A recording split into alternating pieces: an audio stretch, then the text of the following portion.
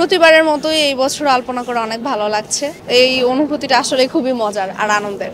খুবই ভালো লাগছে এবং এটা তো সবারই জানা যে আমরা 21শে ফেব্রুয়ারি উপলক্ষে সবসময় আলপনা দিয়ে থাকি। শিল্পীদের শহীদদের প্রতি শ্রদ্ধা অর্পণ করার একটা মাধ্যম আলপনা। তো আমরা আলপনা দিই আগে 2 দিন ব্যাপী, 19-20 তারিখ সারাদিন ব্যাপী আলপনা দেওয়া হয়। আগে দেয়াল চিত্রটাও হতো, এবার কোনো কারণে হচ্ছে না। আলপনা দিয়ে আমরা শহীদদের প্রতি আমাদের শ্রদ্ধাটা প্রকাশ করি। এটা অনেক সুন্দর, সারাদিনব্যাপী সবাই একত্রিত হয়ে ঢাকা বিশ্ববিদ্যালয়ের একটা অনুষদ চারুকলার সব শিক্ষার্থীরা একসাথে সারাদিনব্যাপী আলপনা দিচ্ছি সড়কে। হ্যাঁ, কষ্টও হচ্ছে, ভালোও লাগছে।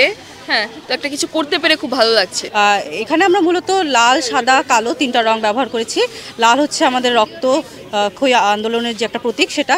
কালো হচ্ছে শোকের প্রতীক, আর সাদা হচ্ছে শুভ্রতার এবং স্বচ্ছতার প্রতীক। সেখান থেকে আমরা এই 3টা রং ব্যবহার করেছি আলপনার জন্য।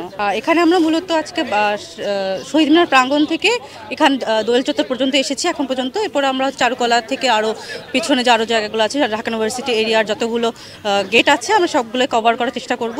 নতুনত্ব আছে যে আমরা অনেক স্বাধীনভাবে কাজ করতে পারছি, মাথায় কোনো টেনশন নেই কিছু একটা যে কোনো একটা দল এসে আমাদেরকে কোনোভাবে অস্থিরতা কোনো সৃষ্টি করতে পারে, এমন কোনো টেনশন নেই। এর জন্য আমরা স্বাধীনভাবে ফ্রিভাবে কাজ করতে পারছি, এই জন্য আমাদের ভালোই লাগছে। লালটা কেন প্রাধান্য এবার বেশি দেওয়া হচ্ছে? লাল, কালো, সাদা সবগুলোই আমাদের এবার প্রাধান্য, এবারের থিম এটা। কারণ কালো তো শহীদদের শোকের রং, আর লাল হচ্ছে এই পৃথিবীর সূর্যের রং।